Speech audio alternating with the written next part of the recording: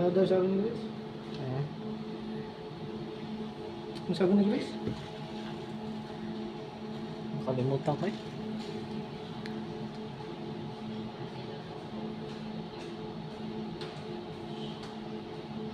Dadalhin ko talaga sa bahay.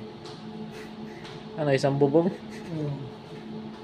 O pinapatawa to, nanginginig. Oo. Delikado ka talaga sa akin. Ano nga?